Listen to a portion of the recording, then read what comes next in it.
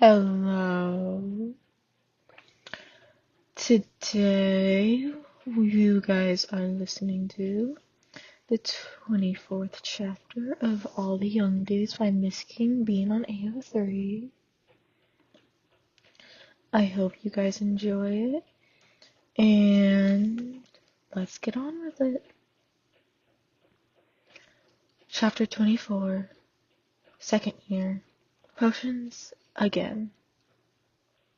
Despite all of his talk, Remus did wait. He couldn't see that he had many options, other than to go directly to Dumbledore and ask to be sent back to St. Edmund's, and he wasn't exactly sure where Dumbledore's office was. He hadn't gotten that far with the map. The map he'd better leave that behind. Sirius and James could finish it. At least he wasn't tired anymore. He sat on his trunk, fidgeting for what felt like hours. Thought about going down for lunch, but what if they wanted to talk to him right there in front of everyone? He stayed put. He wasn't hungry anyway. He tried to read, but couldn't concentrate long enough. Ever so often, Remus's mind wandered back to his argument with Sirius. He wasn't sure how he felt about it. On one hand, once the initial terror had passed, he could see that Sirius was trying to be kind. If he really had known since last Christmas, then he probably had no intention of telling anyone else. He'd given Remus fair warning, at least. But on the other hand, what Remus had said was true. Just because James was Sirius's best friend didn't mean that he would have any protective feelings toward Remus. They were friends, certainly, but only because they were dorm mates. Remus couldn't play Quidditch, wasn't from a good family, had no money. On top of all of that, would Potter's perfect reputation allow him to associate himself with a dark creature? As for Sirius couldn't even forgive his own brother for being in a different schoolhouse. If family didn't matter to him, then why would friendship? Just after the 4 o'clock bell rang, Remus heard 3 sets of footsteps tramping up the stairs. He stood up, bracing himself.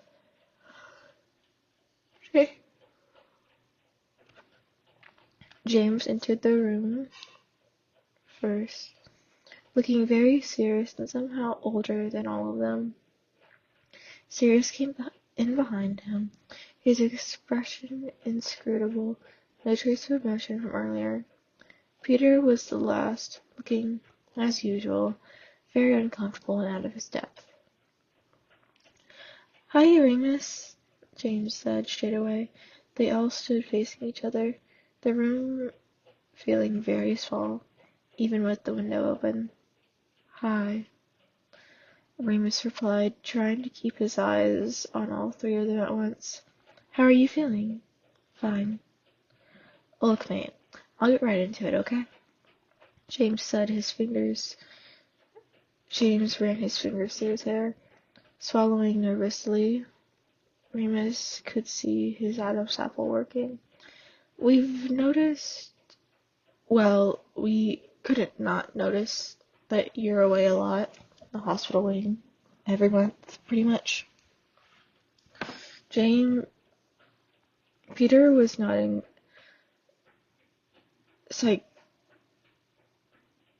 psychotically behind him, and Remus felt a surge of hatred rise up out of nowhere. He repressed it, focusing instead on meeting James's eyes. They already thought he was a wild animal. This note to confirm it. "Okay," he said sullenly. "Yeah." James nodded as if they were having a perfectly normal conversation. Every month, around the full moon, he let it hang in the air. Remus grew impatient to get it over with. Just say it, James. Are you a werewolf? It came out in a rush, and James's gaze finally dropped, as though he was embarrassed to have asked. Remus glanced at Sirius, who was still staring at him with a look of determination. Peter was gnawing at his bottom lip, his eyes darting between Remus and James. Remus squared his shoulders. Yeah. He jutted his chin forward, as if daring James to strike it, whatever he was ready for. James exhaled. Right. That it? Yes. No. Bloody hell. James ran his hands through his hair again, turning to the others for support, looking helpless. It's okay, Remus said, his voice hard. I'm off. Just let me go and tell McGonagall. Off? Off where? Practicing Edmonds, I suppose. As if there was anything anywhere else. You can't leave Hogwarts. James looked even more worried. His glasses slid down his nose, and he hadn't even noticed. I can't stay if everyone knows, Remus explained as calmly as he could. We won't tell anyone, Peter squeaked suddenly.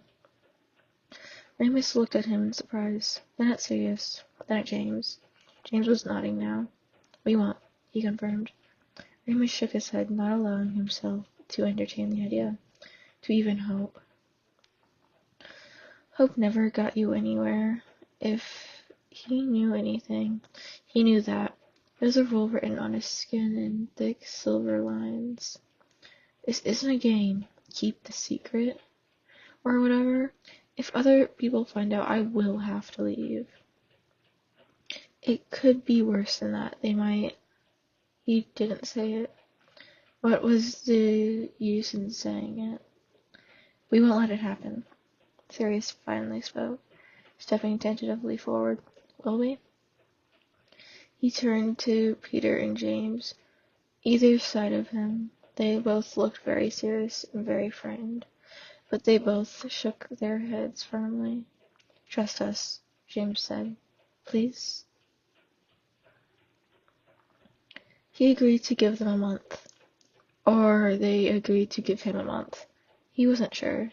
It wasn't clear who was more dangerous. It was agony at first, every moment filled with awkwardness and a new kind of shyness that hadn't been there before. They think I'm a monster, a voice in Remus's head chanted over and over. They think I'm gonna murder them in their beds. They think I'm evil. And really, when he thought about it, nothing yet had proved that he wasn't. It had been clear for some time that his affection was subject to change as he grew into adolescent. Amos had no idea how far it would go. Perhaps one day he would cross that line. Perhaps that was simply the way of things. For a whole week they didn't talk about it. Not a word, not even a whisper. Remus had felt sure they would all badger him with questions, Sirius especially, but he had evidently been so severe with them when the confrontation happened that no one wanted to bring it up again. In front of everyone else, they acted the same. James was loud and overconfident. Sirius was witty and arrogant. Peter was adoring and insecure. But when they were alone together, the four of them were quiet, thoughtful, and too polite. Sirius and James's nightly conversations became more frequent. Unexpectedly, but perhaps unsurprisingly, it was Severus Snape who ended up reuniting the Marauders. It was, of course, during a potion class. This time they were embarking upon pleasant dream potions, which would take some weeks to brew. You'll need to come regularly in the evenings to check on your potion's progress. I shall be working on persistence and attentiveness. To that end, I think it's best if you all pair up so you can take it in turns.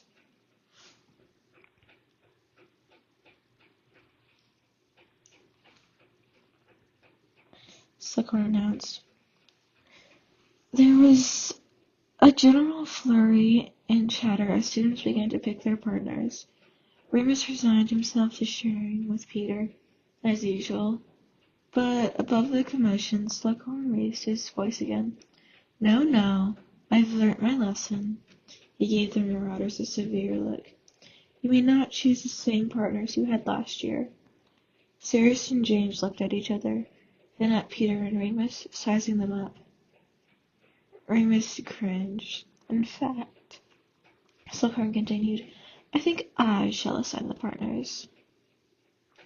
Fortunately, Slughorn was tactful enough to not put any of them with Snape, though Peter ended up with Mulciber, who towered over him twice his size. The professor split up Mary and Marlene, who were as joined at the hip as James and Sirius, placing them with the boys. I want Sirius, Mary squealed. Marlene nudged her, and they dissolved into giggles. Sirius looked horrified. James looked put out. He ran his hand through his hair and straightened his back slightly. Remus was asked to pair up with Lily Evans, much to his disgust. He didn't really like any of the girls, but he wanted to work with Lily least of all. She was nosy and tried too hard to be nice. Plus, she was best friends with Snape, who was now staring daggers at him from across the room. Remus could not forget the incident during his first year, in which Lily had stopped Snape and Mulciber from attacking him, and her general disdain for his friends. In fact, every encounter he had so far with Lily turned out relatively unpleasant for Remus. She seemed to recognize his dislike and smiled at him nervously. Hi, Remus. Are you feeling better? She squeaked. He grunted in response, head down. Better keep Will back. Lily. Snape hissed from the desk he was sharing with a Slytherin girl. Loony Lupin might be contagious. Shut it, Snivellus. Remus muttered in response, trying not to let Slughorn hear. Yes, please be quiet, Zev. Lily said primly, giving him a hard look. Only trying to help. The greasy-haired boy replied, lips curling. We don't want anyone else coming down with Lupin's mysterious ailment, do we? Let me know if you need anything, Lily. Remus and I are quite capable of completing the assignment ourselves, thank you. She snapped, tossing her mane of red curls and opening her textbook with an elaborate flourish. She looked at Remus. We need 8 rat tails finely diced. Do you want to do that, or shall I? I'll do it.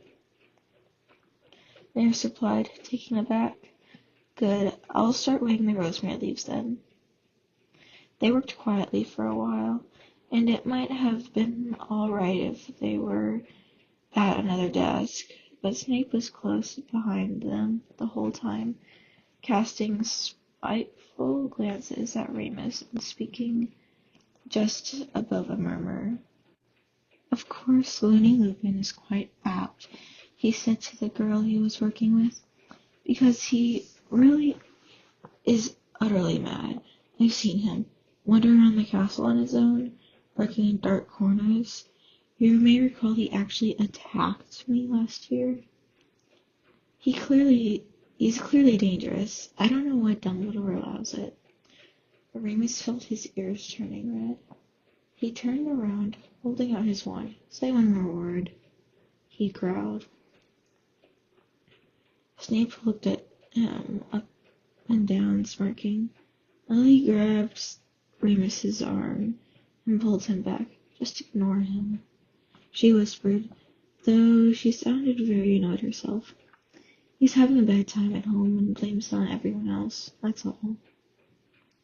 Fine, Remus said, returning to his rat's tails, the blood staining his fingers. Once they had prepared their ingredients, it came time to stir. Remus was starting to get along quite well with Lily now. She was patient and didn't act like she knew everything, like James and Sirius. She was a bit of a goody two-shoes, but he remembered that he was trying to be one too, so he'd better learn to like it. I'll stir, he said heroically. He'd never offered to do anything for a girl before. Hadn't so much as held a door open. His contact with the fairer sex had been so limited. It felt very grown-up and James-like. He rolled up his sleeves and grabbed the large wooden spoon. Ugh, look at him. Snape's nasty, cloying voice rang out loud enough for half the class to hear. Remus looked up and found that everyone was looking at him, at his bare arms. He hurriedly yanked his robes down over the marks, but they'd all seen. What sort of disease is that?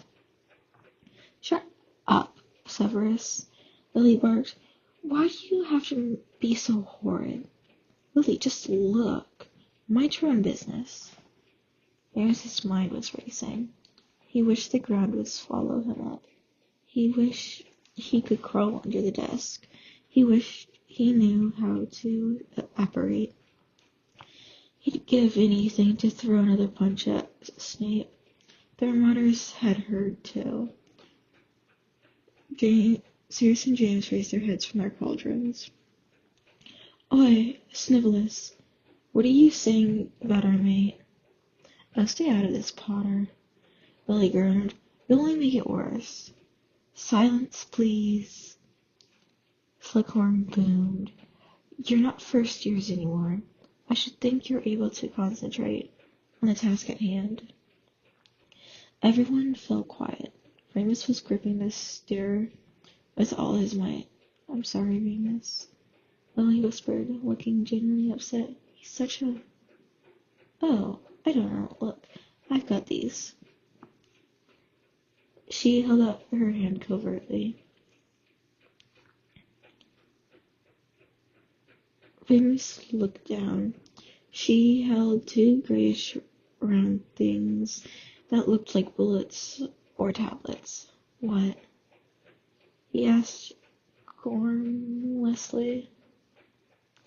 He was annoying me last week, showing off about how good he is at potions.